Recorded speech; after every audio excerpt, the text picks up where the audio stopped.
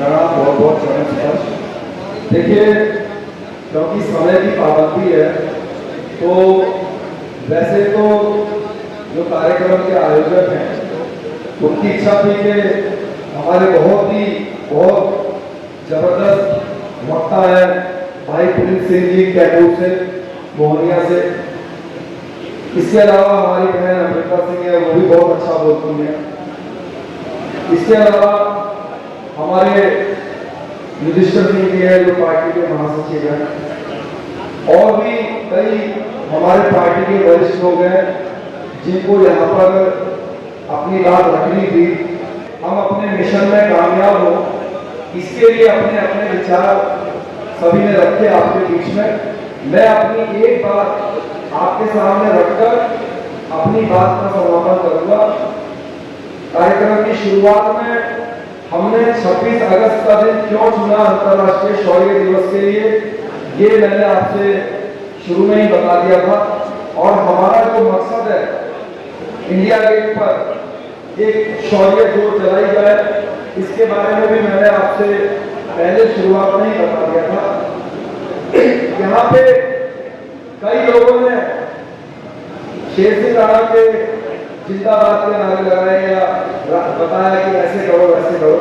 मेरा आप सबसे निवेदन है, मेरी बात आप आवाज ऐसे आई तो ये ऐसे, मैं आपसे निवेदन ये करूंगा कि मेरी बात आप 5 मिनट बहुत ध्यान से सुनिएगा। मैं आपको एक काम की बात बताना चाहता हूं जिसके कारण हमारा समाज ये जो 76 साल हुए हैं 47 के बाद से, उस कारण से पिछड़ गया है। और अगर आज हम इस बात को समझ जाएंगे जो मैं बता रहा हूं आपसे, तो हमारा समाज दोबारा से अपने पूर्वजों की तरह ही राजा बनने की तरफ चलेगा। बात क्या है, वो ये है, मैं एक उदाहरण देता हूं आपको और उसका उत्तर आप दीजिएगा, मेरा आपसे निवेदन है। उदाहरण ये है कि मान लीजिए कल किसी मुद्दे पर, और मुद्दा मान लीजिए यह है कि कल जो है आरक्षण की समय सीमा, आपको मालूम है आरक्षण दिया जाता है, हमें कोई बहुत समस्या भी नहीं है उससे। कल आरक्षण की समय सीमा मान लीजिए समाप्त हो रही है। हर साल, हर 10 साल में आरक्षण को रिन्यूएट किया जाता है, बढ़ाया जाता है। तो अब आरक्षण की समय सीमा मान लीजिए कल जो है वो समाप्त हो रही है। अब जो भारत सरकार है उसने सर्वदलीय बैठक बुलाई। सर्वदलीय बैठक मतलब सभी दलों की बैठक बुला ली इस बात पे चर्चा करने के लिए कि कल आरक्षण बढ़ाया जाना चाहिए कि नहीं बढ़ाया जाना चाहिए। अब सर्वदलीय बैठक है तो मोदी जी यहां बैठ गए, मोदी जी के बगल में राजनाथ सिंह जी बैठ गए, उधर अमित शाह जी बैठ गए। मतलब कि बीजेपी की जो लीडरशिप है वो इधर बैठ गई और दूसरे जो दलों के नेता हैं या प्रतिनिधि हैं वो सामने बैठ गए। अब इस मीटिंग में आरजेडी ने अपने सबसे बड़े जो राजपूत नेता है, क्या नाम है उनका? नहीं, आरजेडी पार्टी के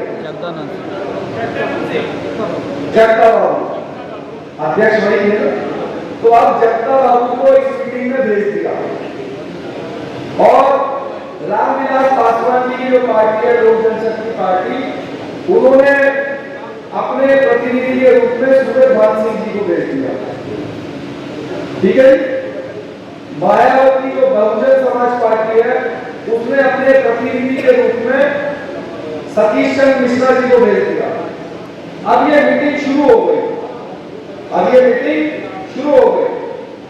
तो प्रधानमंत्री मोदी जी ने उनसे पूछा, भाई सारे राजनीतिक दलों के प्रतिनिधि आ गए हैं? सबने कहा जी आ गए। मोदी जी ने पर्चा उठाया, देखा भाई कौन कौन सी पार्टियों के कौन कौन लोग बैठे। सबसे पहली निगाह उन्होंने देखा भाई आरजेडी की तरफ से जगता बाबू बैठे हैं। उन्होंने कहा जगता बाबू ठीक है ना, उन्होंने कहा जी बिल्कुल ठीक है।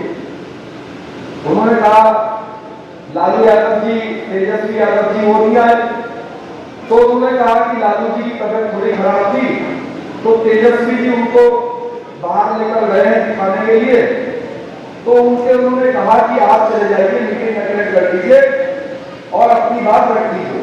उन्होंने कहा ठीक है। उन्होंने कहा बताइए कल आरक्षण की समय सीमा खत्म हो गई है, इसको बढ़ाया जाना चाहिए कि नहीं बढ़ाना चाहिए?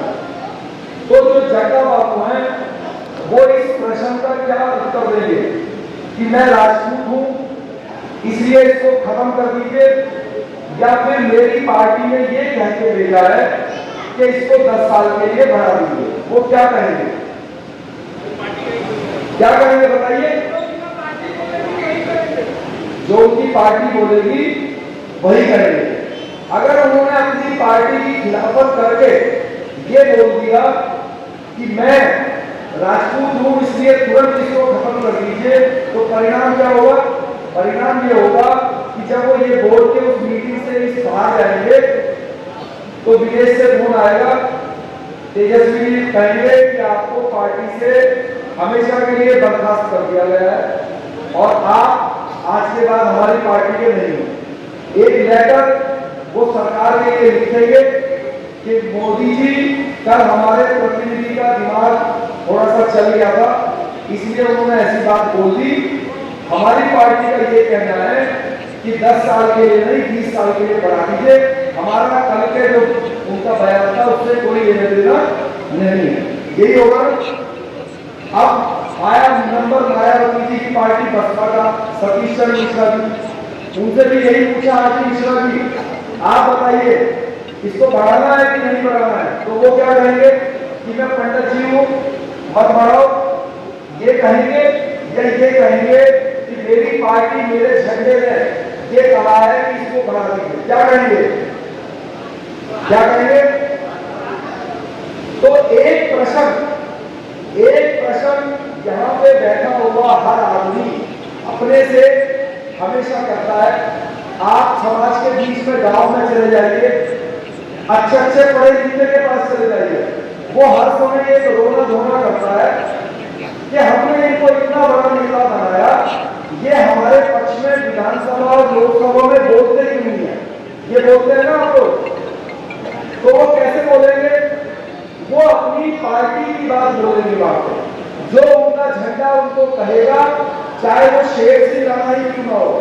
मैं आपकी जानकारी के लिए बता दूं, किसी को ये गलत फहमी हो कि शेर सिंह राणा बहुत पूर्णतः राजपूत है, मेरी बोलती उसी दिन बंद हो जाएगी जिस दिन मैं दूसरे के झंडे से विधायक या सांसद बन के वहां बैठ जाऊंगा। अगर मैं खुद आप मुझे ये बताइए, अगर मैं खुद बीजेपी से सांसद बन जाऊं तो जो मुझे मोदी जी कहेंगे वही बात बोलूंगा कि नहीं बोलूंगा?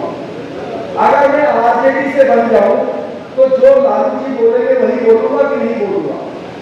अगर मैं नीतीश जी के झंडे से बनूं तो जो वो बोलेंगे मैं वो बोलूंगा।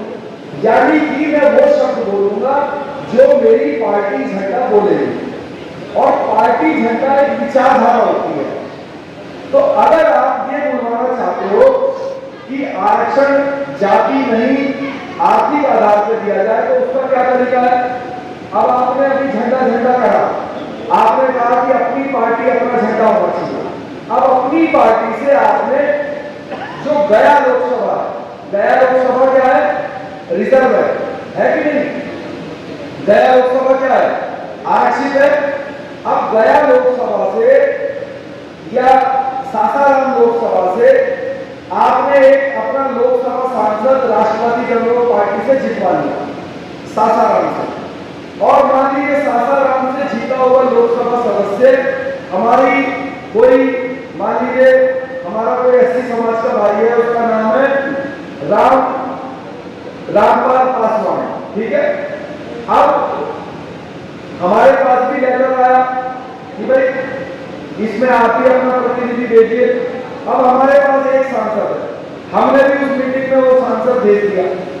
अब मोदी जी ने कहा भाई ये राष्ट्रवादी कांग्रेस पार्टी की तरफ से कौन है? उसने कहा कि मैं हूँ पासवान। उन्होंने कहा अच्छा। उन्होंने कहा शेर सिंह राणा जी नहीं आए? उन्होंने कहा कि वो तो बाहर गए। डॉक्टर साहब नहीं आए? उन्होंने कहा कि डॉक्टर साहब भी कुछ विदेश गए हैं किसी काम से और मुझे भेज दिया है। डॉक्टर साहब ने कहा और सुनील सिंह जी ने कहा कि आप चले जाइए। तो चलिए ठीक है, मोदी जी ने बताइए आपका क्या कहना है। तो वो क्या बोलेंगे कि जी मैं दलित हूं इसलिए तुरंत इसको बढ़ा दीजिए, या ये बोलेंगे कि जी गरीबी जाति देखकर नहीं आती, गरीब गरीब है, गरीब चाहे किसी भी जाति का हो उसको आप आरक्षण दीजिए, हमें कोई आपत्ति नहीं है, आप आर्थिक आधार पर आरक्षण दीजिए। तो अगर उसने ये नहीं बोला और ये बोल दिया कि मैं तो जी एससी हूं और इसको तुरंत आप बढ़ा दीजिए, परिणाम क्या होगा कि जब वो ये बोल के बाहर आएगा इस मीटिंग से तो डॉक्टर साहब सुनील सिंह जी फोन करेंगे कि भाई आपने हमारी पार्टी के खिलाफ बात करी, आपको पार्टी से बाहर निकाल दिया। और अगले दिन लेटर लिख के देंगे मोदी जी को, मोदी जी हमारी पार्टी का ये कहना है कि गरीबी जाति देखकर नहीं आती, गरीब चाहे भूमियार हो, राजपूत हो, हमारा कोई एससी समाज का भाई हो, हमारा पासवान भाई हो, हमारा यादव भाई हो, किसी भी जाति का गरीब हो, गरीब गरीब होता है, हर गरीब को आरक्षण दीजिए, जाति के नहीं आर्थिक आधार पर दीजिए। तो हम उनको लेटर को ये लिख के देंगे। तो आप में से जितने भी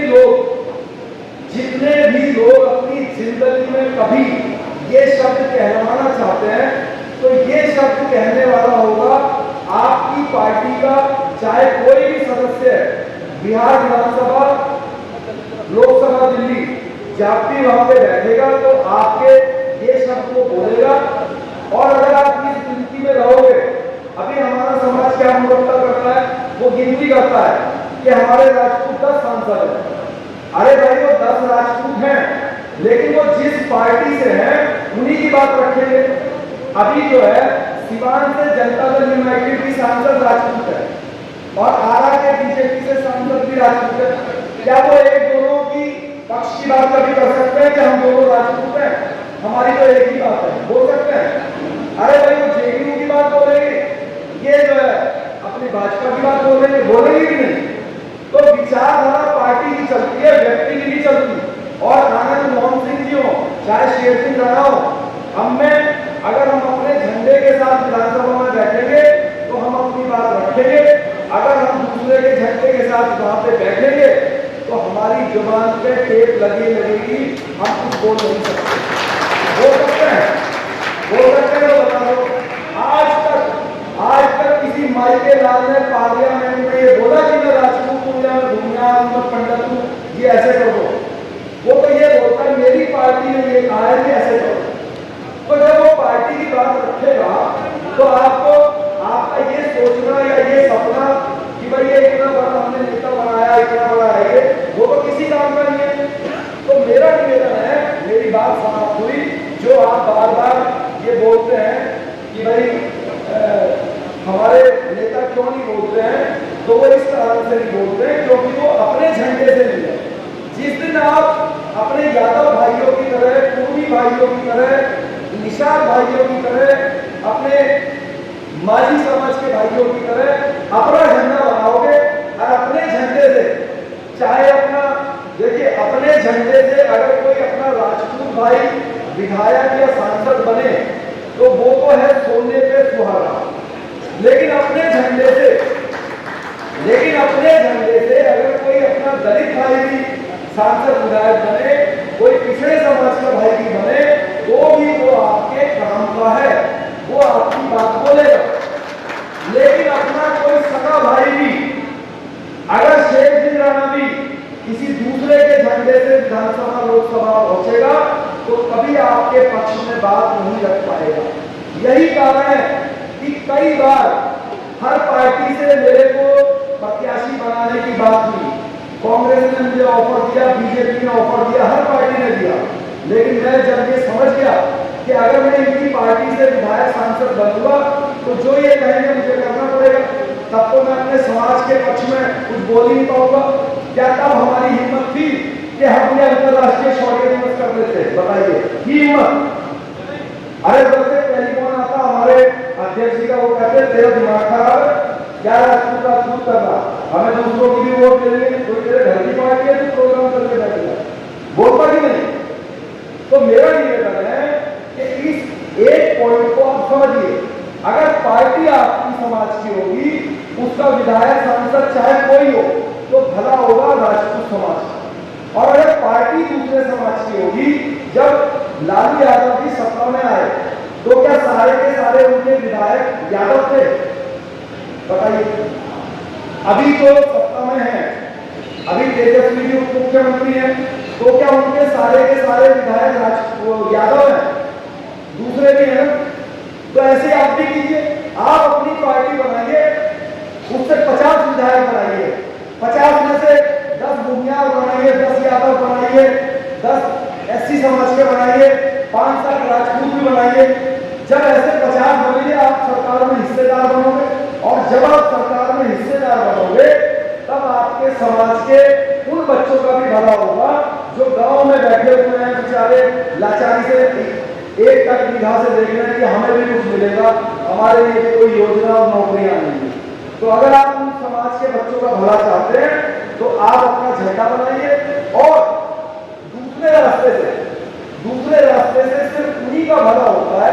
इसका मान लीजिए कोई आरजेडी से विधायक बन गया तो विधायक जी को तनख्वाह मिलेगी 2 लाख 4 लाख, 50-100 करोड़ कमा लेगा। जो उसके 10-20 चेले चपाटे होंगे वो भी पैसे कमा लेंगे, वो सोशल मीडिया पर करते रहेंगे भैया जी की जय, भैया जी की जय, बस उससे 10-20 लोगों का भला हो गया। लेकिन उससे बोलो कि भाई कुछ राजपूत बच्चों की नौकरी लगा दो, वो कहेगा नौकरी नहीं लगा सकता, नौकरी तो लगाएगी मेरी पार्टी, समझ गया आपने? तो मेरा निवेदन है आपसे कि झंडे की अहमियत को समझिए। इस झंडे से मेरा आपसे वादा, एक दिन हम कामयाब होंगे, उस दिन इंडिया गेट पर अपने महान पूर्वजों के सम्मान में शौर्य ज्योति जलाएंगे, ये मेरा आपसे वादा है। बहुत बहुत धन्यवाद, बहुत बहुत धन्यवाद, बहुत बहुत आभार, आपने अपना कीमती समय दिया। जय हिंद।